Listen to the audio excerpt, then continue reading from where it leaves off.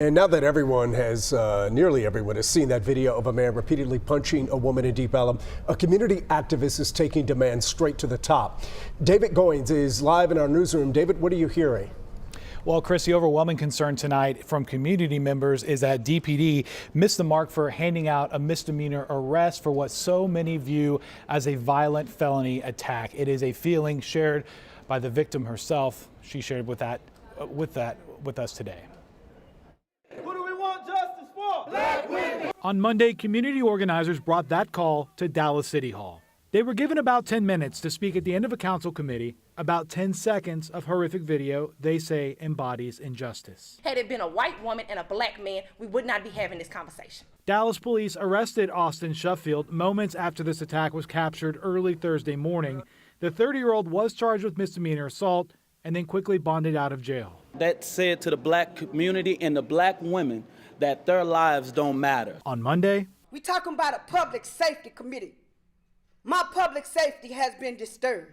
Women like Olinka Green were the strongest and clearest voices, telling council members she knows the pain of an attack, a domestic violence survivor herself, and that she's frustrated the Dallas Police Department did not make a felony arrest. You let him walk. You let this man back out on the streets. What does that say to black women like me? My body still hurts. Everything still hurts. Monday afternoon, LaDejanique Lee says she fears for her safety because Shuffield is not in jail. Not being able to eat, not being able to sleep.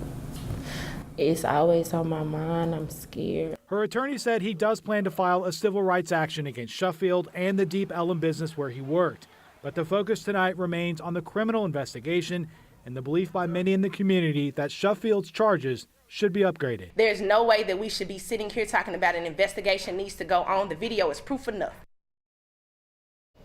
And late this afternoon, Dallas Police Department said this investigation is not over. They are still going over different aspects of this case, and they have not forwarded it yet to the Dallas County DA's office. Back to you.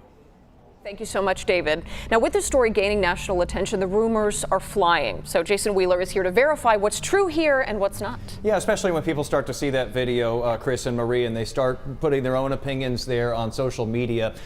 We know a lot of people get their news on social media, and so we wanted to kind of break down some of the trending topics that we've been seeing around this attack. The first one here, a lot of people claiming that it looked like the victim struck first, that she actually struck the attacker first.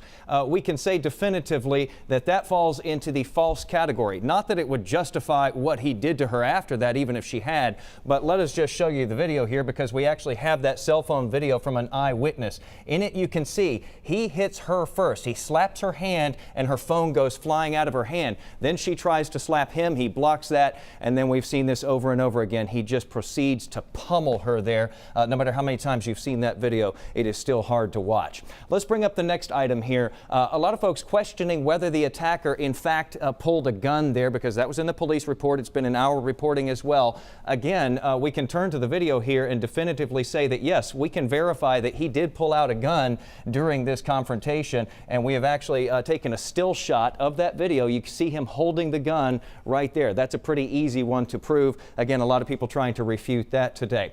We talked about the DPD chief. A lot of people saying, can we get these charges increased? They're misdemeanors right now. A lot of folks calling for felony charges. They're calling on the chief to do this. It is, in fact, the DPD chief who has the final authority right now during the investigation to insist that those charges be increased. Again, that has not happened yet, despite that huge showing at City Hall today calling for that to happen. Last thing here, some activists say that some racial slurs were used in the commission of this assault. We didn't hear that from the victim herself the first time we talked to her. We haven't found that in the police report. So a lot of folks want this designated as a hate crime. Right now, we know that detectives are still working through that part of the case. We're going to leave that one sitting right here in the middle because we can't verify that or say that it's false, that it will be considered that. This case still in its infancy right now. So we're going to leave that one in the middle. But of course, we will continue to follow all the developments. Chris and Marie. All right. Thank you, Jason. We got some horrible news.